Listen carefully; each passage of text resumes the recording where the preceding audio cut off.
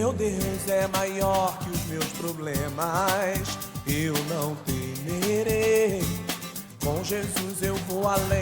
Ainda que a figueira não floresça, não haja frutos na videira, eu não temerei não. Pois sei que para além das nuvens o sol não deixou de brilhar, só porque a terra escureceu. A minha vida está em Deus. Eu sei que tudo posso em Deus. É Ele quem me fortalece. Eu vou seguir com fé. Com meu Deus eu vou para a rocha mais alta que eu. Eu sei pra onde vou, como águia vou. Nas alturas sou filho de Deus. Eu vou seguir com fé. Com meu Deus eu vou para a rocha mais alta que eu. Eu sei pra onde vou, como águia vou. Nas alturas sou filho de Deus.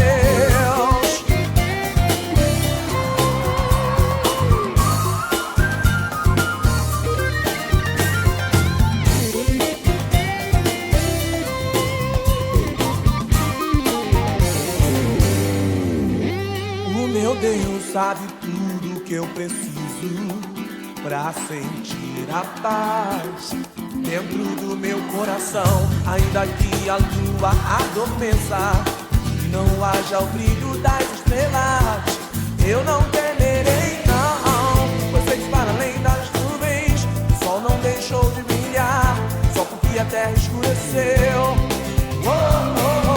A minha vida está em Deus. Eu sei que tudo posso em Deus. É Ele quem me fortalece. Eu vou seguir com fé. Com meu Deus eu vou para a rocha mais alta que eu. Eu sei pra onde vou, como águia vou. Nas alturas sou filho de Deus. Eu vou seguir com fé. Com meu Deus eu vou para a rocha mais alta que eu. Eu sei pra onde vou, como águia vou. Nas alturas sou filho de Deus. Eu vou seguir com fé.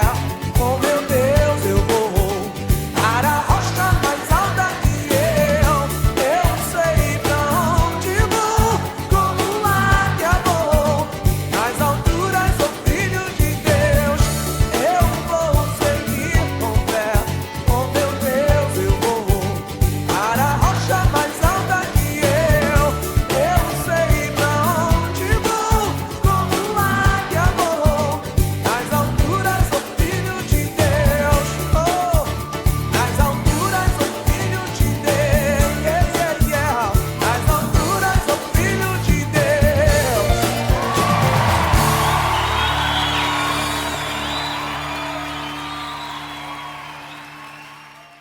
Quem intentará acusação contra os escolhidos de Deus?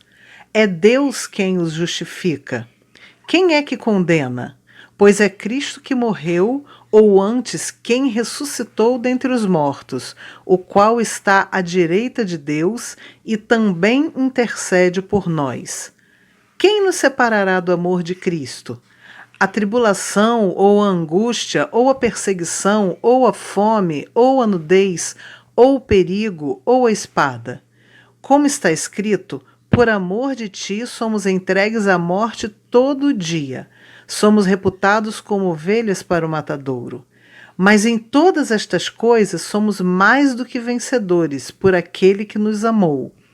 Porque estou certo de que nem a morte, nem a vida, nem os anjos, nem os principados, nem as potestades, nem o presente, nem o porvir, nem a altura, nem a profundidade, nem alguma outra criatura nos poderá separar do amor de Deus que está em Cristo Jesus, nosso Senhor.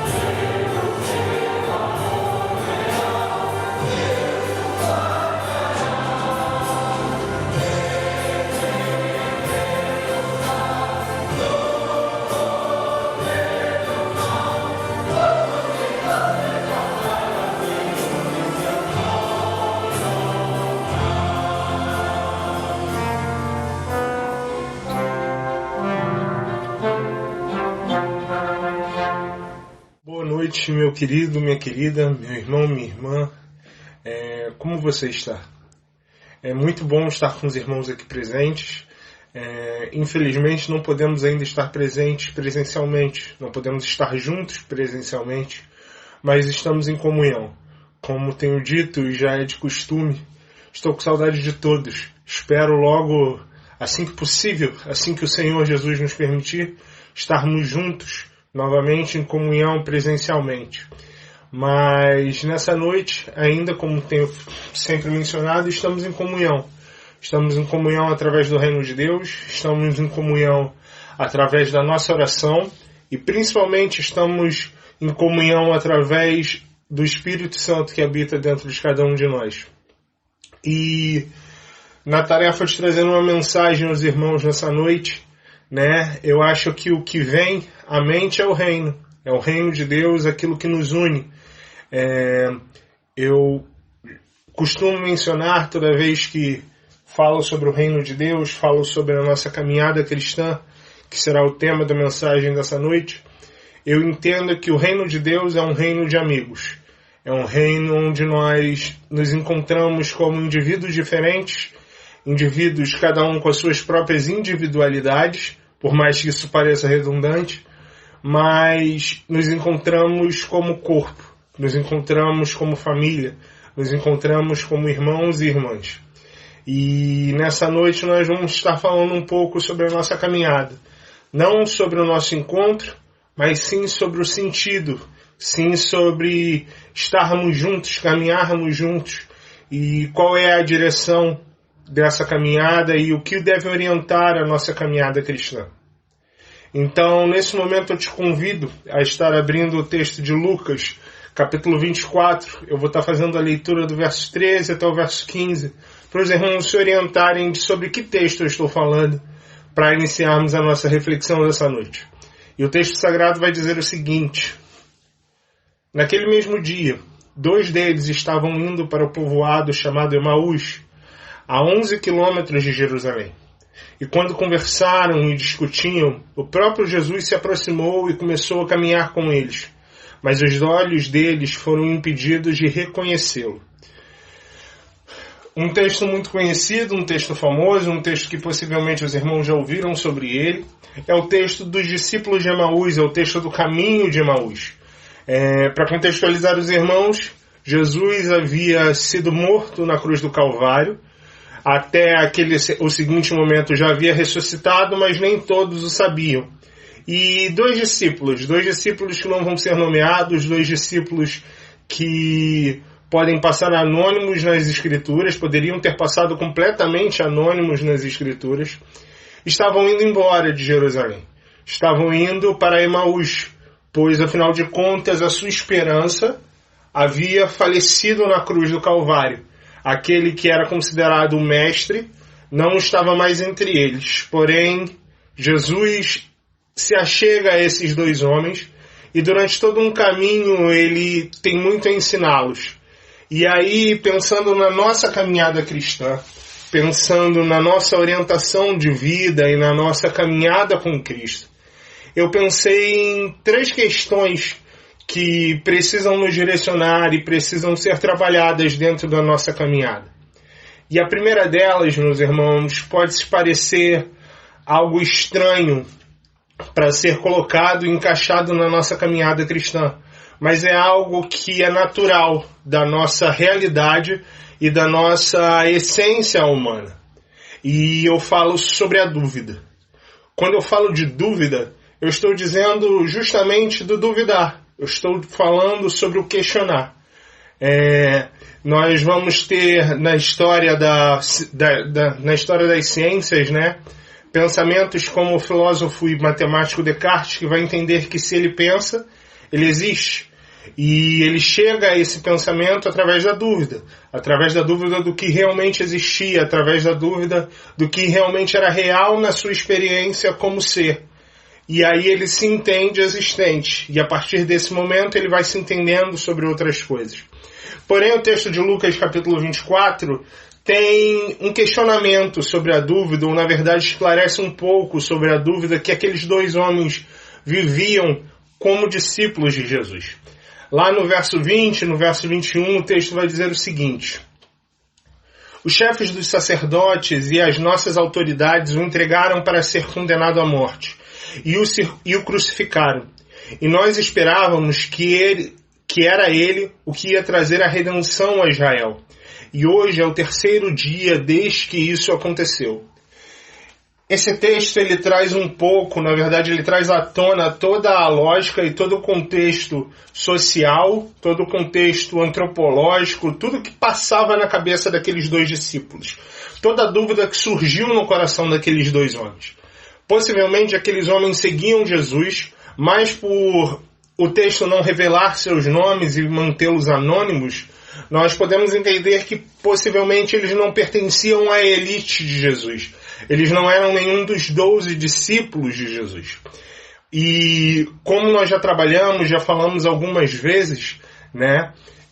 Jesus, quando ele chega ao seu ministério e inicia o seu ministério, por mais novo, por mais incrível que seja a chegada do reino de Deus através de uma pessoa, Jesus já vinha sendo pregado desde o Antigo Testamento. Afinal de contas, os profetas já falavam sobre o Messias de Deus, muitos já falavam sobre aquele que seria enviado por Deus para libertar Israel. E no coração daqueles homens, o Mestre, Jesus, era esse homem. Porém, Jesus havia morrido, havia sido crucificado no Calvário. E já falei em outras vezes, a morte de cruz é a morte mais horrenda e a morte mais humilhante que alguém poderia passar, pois a partir do momento que você era condenado à crucificação, você perdia a sua existência, você perdia a sua essência como ser humano. Você se tornava alguém abaixo de um escravo. E a gente pode entender isso através da ênfase que o próprio apóstolo Paulo vai dar no seu cântico, quando ele diz que Jesus decidiu morrer uma morte, mas não qualquer morte, a morte de cruz, mesmo sendo ele Deus. E aqueles homens duvidam que Jesus Cristo, o homem de Nazaré, o filho de José, o carpinteiro, era realmente alguém importante, já que afinal de contas, por mais que eles tenham vivido um período de tempo com Jesus, por mais que eles tenham visto tudo aquilo que Jesus tinha a possibilidade de fazer, Jesus havia sido morto. E quando falamos sobre o texto de Jesus e Lázaro, Jesus já estava morto há 3 dias, como vai dar a ênfase do texto. Então, após 3 dias, nem mesmo um profeta do Senhor, se não fosse o próprio Jesus, poderia ressuscitar o Mestre. Então a esperança se esvaía do coração daqueles homens. Possivelmente o coração daqueles discípulos se encheu de medo. E quando eu penso na ideia da dúvida, na ideia da falta de crença, na falta de entendimento de toda a situação que acontecia ao redor deles, existe um outro personagem bíblico que me vem à mente. Eu lembro do texto de Gideão e é muito interessante pensar que Gideão encontra um anjo do Senhor e mesmo assim não crê na situação, não crê na escolha que Deus havia feito dele como líder de seu exército. E chama Deus a um desafio, ou na verdade coloca Deus à prova através da dúvida com o novelo de algodão. E nós sabemos e entendemos que Gideão vai ter os seus olhos abertos por Deus, vai ver o milagre de Deus. E da mesma forma que Gideão tem essa realidade, esses 2 discípulos, no final da sua caminhada com aquele homem que eles ainda não sabiam quem era, vão entender que mesmo as dúvidas que estavam dentro dos seus corações, elas não eram mais pertinentes para aquele momento, pois o Mestre estava ali junto deles. Mas aí talvez você agora se questione, pois eu disse que a dúvida é algo importante para nós, é algo que faz parte da nossa caminhada cristã. E isso é verdade. Eu tenho, nos meus estudos com jovens e adolescentes, principalmente com jovens de nossa igreja, nós estamos estudando o Evangelho de Marcos. E segundo o Evangelho de Marcos, nós vemos diversos milagres que o Senhor realizou no decorrer de seu ministério. E nós percebemos e entendemos como cada um daqueles milagres, como cada uma daquelas ações de Jesus, cada uma das coisas que Jesus fez na vida de diversas pessoas diante de seus discípulos, era algo que não cabe dentro da nossa realidade. É algo que é milagroso, é algo que vai além do nosso entendimento. Citei Descartes, já que penso, logo existo. Como cabe dentro do nosso entendimento de existência, dentro do nosso entendimento filosófico e científico, um homem ser pendurado no madeiro e ressuscitar após 3 dias? Isso não cabe dentro da nossa realidade. Só que se pararmos para pensar e pararmos para entender, cada uma das leis que regem o nosso mundo e o nosso universo, elas foram criadas pelo próprio Deus. Nós sabemos e entendemos que nosso Deus tem a capacidade de utilizá-las e alterá-las conforme a sua soberana vontade, pois afinal de contas Ele é autor de todas elas. Então, está dentro do nosso entendimento, está dentro da nossa realidade, duvidarmos sobre as coisas que acontecem. Nós sabemos, e a ciência vai dizer, que o sentimento, por exemplo, do medo, o sentimento da desconfiança, são sentimentos de segurança para o ser humano. Nós precisamos entender que a dúvida faz parte de nós. Mas o importante aqui, e o que vai reger a nossa caminhada cristã, é o que nós fazemos com essa dúvida. Direcionar esse sentimento, direcionar aquilo que acontece diante dos nossos olhos, vai ser o próximo passo para a nossa caminhada. Vai ser aquilo que vai direcionar, vai ser aquilo que vai continuar dando fôlego à nossa caminhada com Cristo. E aí, quando nós entendemos que a dúvida faz parte de nós, mas nós precisamos saber o que faremos com essa dúvida, nós chegamos a um segundo ponto da nossa caminhada cristã. Pois a nossa dúvida, ela é natural em primeiro momento, mas em um segundo momento essa dúvida precisa se transformar em uma certeza. O texto de Lucas 24, no verso 32 até o verso 34, vai dizer o seguinte: perguntaram-se um ao outro: não estava queimando o nosso coração enquanto ele nos falava no caminho e nos expunha as Escrituras? Levantaram-se e voltaram imediatamente para Jerusalém. Ali encontraram os 11 e os estavam com eles reunidos, os que diziam: é verdade, o Senhor ressuscitou e apareceu a Simão. Meus irmãos, já no final do texto, esses homens já caminharam com Jesus durante um bom período, se sentam com ele, comem com ele e ele some do meio daqueles 2 discípulos. E naquele momento eles entendem, os seus olhos são abertos. Naquele momento a dúvida, o medo, a incerteza que acontecia de uma maneira natural em um primeiro momento desaparecem, pois eles entendem a realidade e questão fantástica que é a presença e a glória e a autoridade do Senhor Jesus. A partir daquele momento, na hora que eles entendem quem era que estava diante deles, eles percebem que era verdade, que aquele homem era o Messias enviado por Deus, e que mesmo a morte não pôde contê-lo dentro daquela sepultura. Então, nesse momento, a dúvida que surge como algo natural se torna uma certeza, se torna algo que vence a nossa racionalidade, sobrepõe a nossa racionalidade.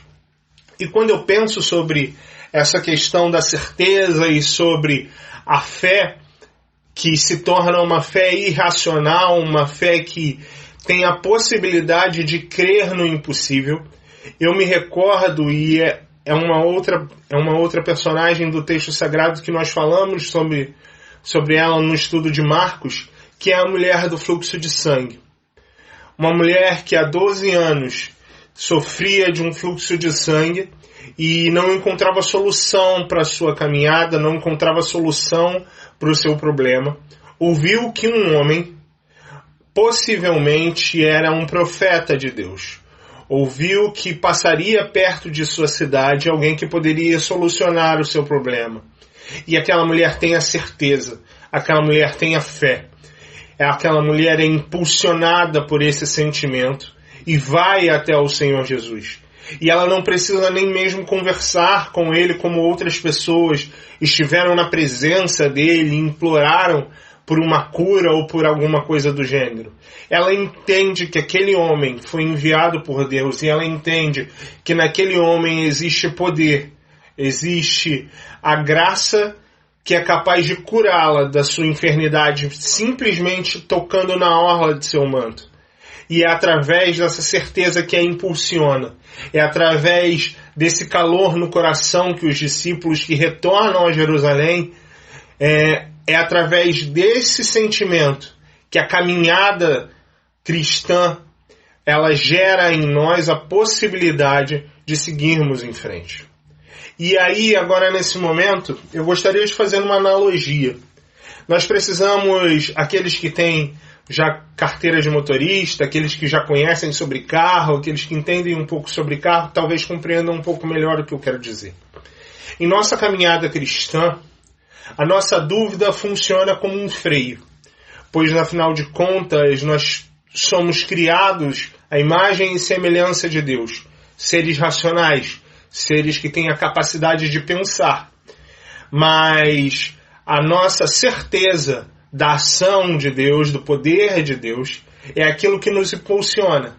Então serve como nosso acelerador. Se nós pensarmos na caminhada cristã como um carro, a dúvida é o nosso freio, a certeza é o nosso acelerador.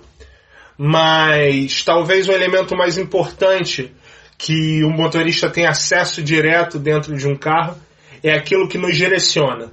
É o que nos direciona. O que seria o nosso volante?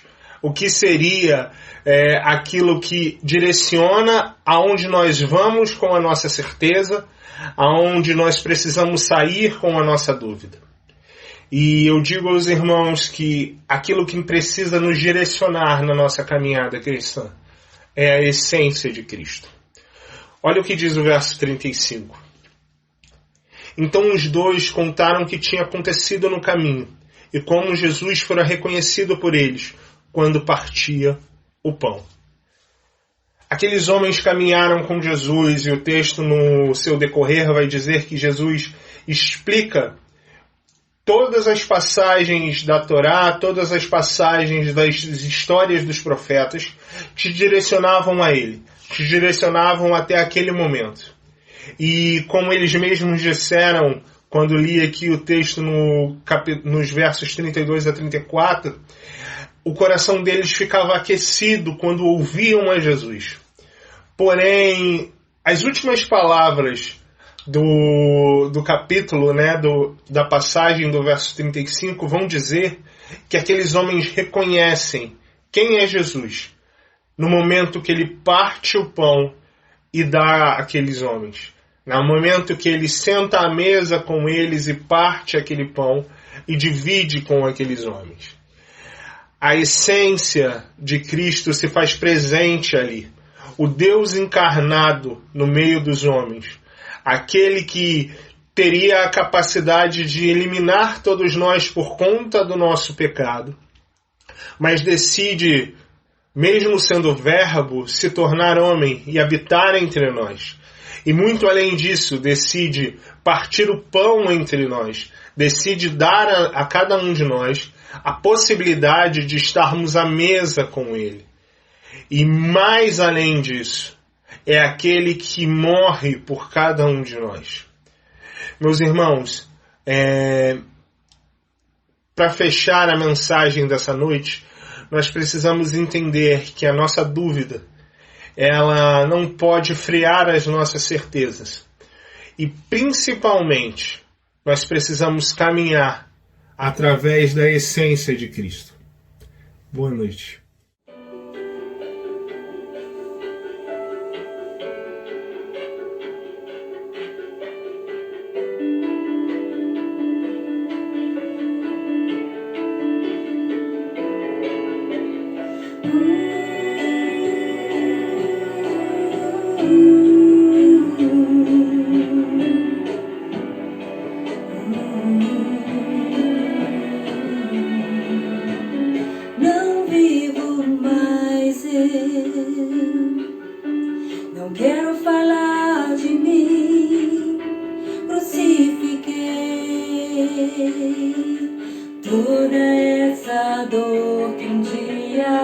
carreguei o peso que estava sobre mim, abandonei. Por mares que atravessei, por desertos que passei, por caminhos que nem sei, quantas lágrimas chorei, mas ouvi a voz do teu amor chamando por mim. Teu amor me conquistou. A cruz não foi o fim, foi o começo, e hoje eu pago qualquer preço pra estar bem junto de ti. Renuncio a andar no mundo pra viver pra ti. Por desertos que passei, por caminhos que nem sei, quantas lágrimas chorei, mas ouvi a voz do teu amor chamando por mim. Teu amor conquistou. A cruz não foi o fim, foi o começo, e hoje eu pago qualquer preço pra estar bem junto de ti. Renuncio a andar no mundo pra viver pra ti. Pago qualquer preço pra viver pra ti. Pago qualquer preço pra viver pra ti. Pago qualquer preço pra viver pra ti. Eu pago qualquer preço pra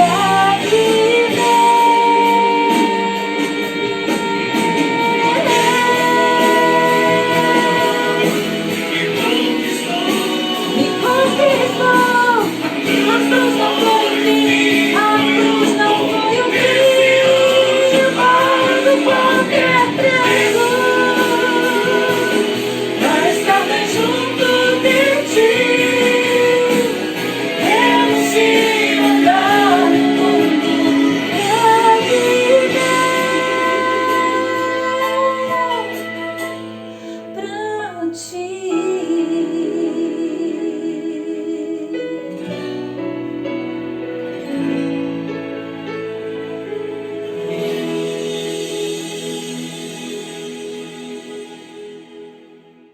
Sim, Deus é por nós, quem nos vencerá? Povo de Deus, saúde e paz. Quem nos vencerá? Nada, nem ninguém. Nem o Covid-19, coronavírus, pandemia, epidemia, terremotos, maremotos ou qualquer outra coisa.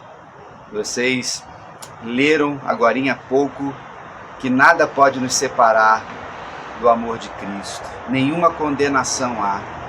Nosso corpo pode se corromper, a gente pode envelhecer, nós podemos viver lutas e sofrimentos, mas nada nem ninguém pode tirar de nós o maior patrimônio que temos, que é a eternidade ao lado de Jesus. Amém? Se Deus permitiu, você está me assistindo agora, é isso, às 19 horas ou em outro horário, se você preferir, nesta quarta-feira. Estou gravando agora ainda na parte da manhã, olhando um lindo céu aqui à minha frente. Nem parece inverno que a gente está vivendo, não é isso? Dias quentes estamos vivendo nesses últimos dias. E pela graça e misericórdia do Senhor, a gente vai vivendo um dia de cada vez, como nos ensina a sua palavra. Espero que você esteja bem, espero que você esteja firme, forte nessa caminhada que todos nós estamos passando. Lá vamos para 4 meses de pandemia. Você teve a oportunidade de ler nessa palavra de Romanos 8, ser fortalecido por ela e sempre sendo incentivado pela palavra do Senhor a olhar para a eternidade, para o alvo que é Cristo Jesus no céu. Independente das circunstâncias que eu e você estamos passando. E a gente vai medindo o tempo, a gente vai contando os dias, a gente vai mudando a nossa cara para a gente ir vivendo com bom humor, não é verdade? Queridos, vocês também mataram a saudade da Célia, que louvou o Senhor. Vocês ouviram o pastor Alex falando aí do caminho de Emaús. Às vezes nós temos dúvidas, irmãos, às vezes nós passamos por questionamentos, mas sempre essa busca de conhecer precisa nos levar à fonte de todo conhecimento, que é Cristo. E a palavra dele, que se encontra em nossas mãos, através da Bíblia, através dos escritos sagrados, nos ensinam a confiar no Senhor. Que eu e você, no decorrer da caminhada, possamos seguir esse propósito de fé diariamente. Aproveitando o término deste culto, dando orientações aos irmãos, sempre dizendo aos irmãos que nada tem faltado ao nosso povo. Todas as demandas que estão surgindo, nós temos suprido. Isso é graças ao quê? A fidelidade de Deus, que é o dono de tudo, e a fidelidade de cada um de nós, que somos seus filhos, herdeiros desse reino, que é de justiça, de paz e de alegria. Através dos dízimos e das ofertas, a gente tem saciado a fome, as necessidades mais básicas, para que passemos todos juntos por essa pandemia. No entanto, irmãos, o que vale a pena a gente refletir, em tempos em que a solidariedade aflorou no coração do brasileiro e do mundo inteiro, através de doações, de projetos A, B ou C, você não pode esquecer que há 2000 anos o povo de Deus na terra faz isso, independente de epidemia, pandemia, frio, calor, terremoto, tsunami, outro tipo de evento. A Igreja de Cristo faz isso todo dia, de forma singela, sem preocupações com selfies, vídeos, reconhecimento ou plaquinhas de honra. Sabe por quê? Porque é Deus quem faz tudo. É Deus quem nos constrange, é Deus quem nos emociona, é Deus que coloca a empatia dentro de nós. Mateus 7,12, como eu sempre cito. Então vamos continuar firme nesse propósito como servos do Senhor, seguindo com fidelidade em todas as coisas. Nesse caminhar, então, nós continuamos orando uns pelos outros. As famílias já ultrapassaram 80 mil pessoas que faleceram, famílias enlutadas. O Brasil está retomando as suas atividades, dependendo da região, com calma. Então nós precisamos continuar tomando cuidado, não é isso, com luvas, higiene, máscara e isolamento na medida do possível, até que a vacina chegue. E as notícias da semana são muito boas. Começou ontem no Brasil, ou começaram os testes aqui no Brasil, já com a vacina. Então serão 3 meses de testes no Brasil e no mundo todo, que tendo bons resultados, cremos, estamos orando por isso, para que até o final deste ano já tenhamos a vacina. Aí quando começar a vacinar o povo, imunizar todo mundo, as coisas vão voltando ao normal mesmo. Em relação às orações, precisamos continuar orando pelas famílias que estão com Covid-19, algumas estão enlutadas, e juntos nós vamos protegendo uns aos outros. Mande uma mensagem, dá um telefonema, sempre é muito bom. Ainda sobre o retorno dos cultos, iremos reunir o conselho para avaliarmos se voltaremos em agosto, e se voltando em agosto, qual a data. Talvez na segunda quinzena. Estamos orando por isso, acompanhando todo o desenvolvimento da epidemia ou da pandemia aqui na nossa cidade, no nosso estado também. Juntos, irmãos, como Igreja do Senhor, a gente continua cantando e louvando ao Senhor, né? Que se o Senhor está conosco, se Deus é por nós, quem será contra nós? Amém? Nesse momento você vai ouvir nossa equipe de louvor cantando uma música também missionária que fala quem vai responder ou quem responderá ao clamor. Permitindo Deus, a gente se encontra na escola sabática, estudando o Sermão do Monte, e no próximo domingo, se Ele assim permitir, estaremos juntos, mesmo que virtualmente. Fique na paz e até lá.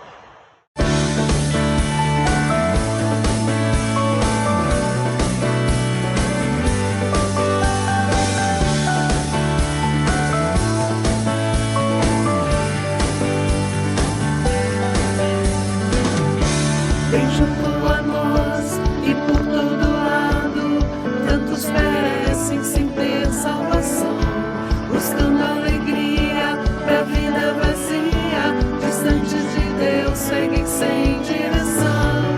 Veja a piedade se multiplicar, a paz e o amor, onde posso encontrar o peso de morte, o pecado e a dor, afligem o povo. Ouço o clamor,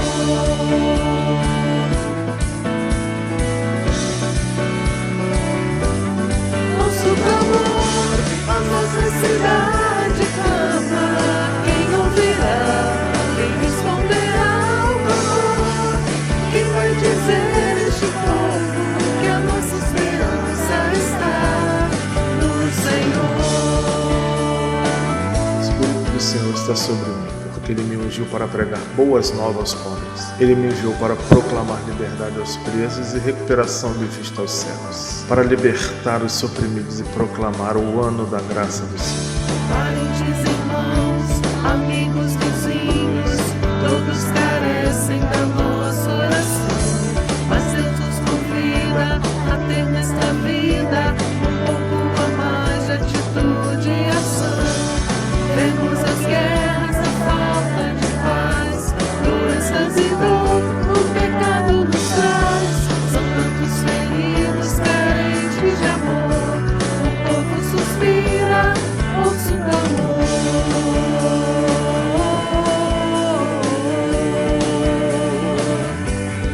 Ouço o clamor, a nossa cidade clama. Quem ouvirá, quem responderá ao clamor? Quem vai dizer